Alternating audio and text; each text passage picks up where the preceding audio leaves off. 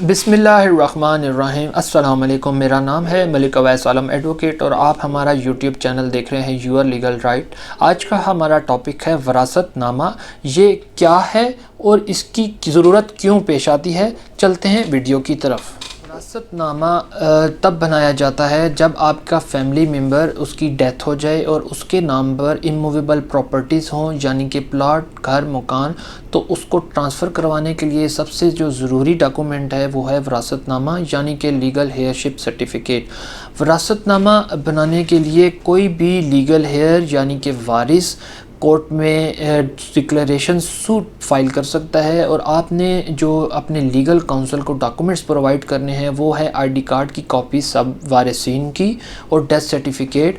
آپ کے legal council court میں کیس فائل کریں گے under section 42 of the specific relief act, اور اس میں ایویڈنس ہوگا جس میں انڈیپینڈنٹ وٹنس، اور اس کے بعد کورٹ آپ کو لیگل ہیئرشپ سرٹیفکیٹ جاری کرے گی۔ تو آپ نے لیگل ہیئرشپ سرٹیفکیٹس کی اٹیسٹڈ کاپیز اتنی اپلائی کرنی ہے جتنے آپ کی موویبل پراپرٹیز ہوں، اتنے آپ نے اٹیسٹڈ کاپیز اپلائی کرنی ہیں۔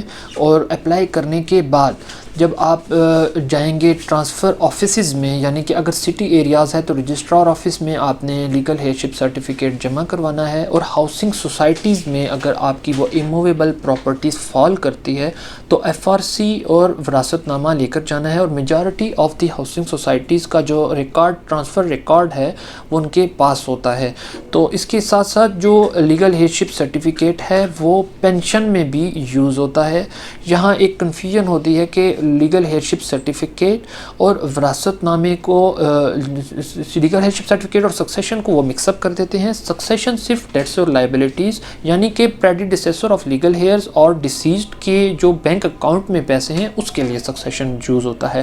تو یہ وراثت نامہ جو ہے وہ آپ نے کبھی بھی فائل کر سکتے ہیں ڈیتھ کے بعد، اس کی کوئی لمیٹیشن نہیں ہے۔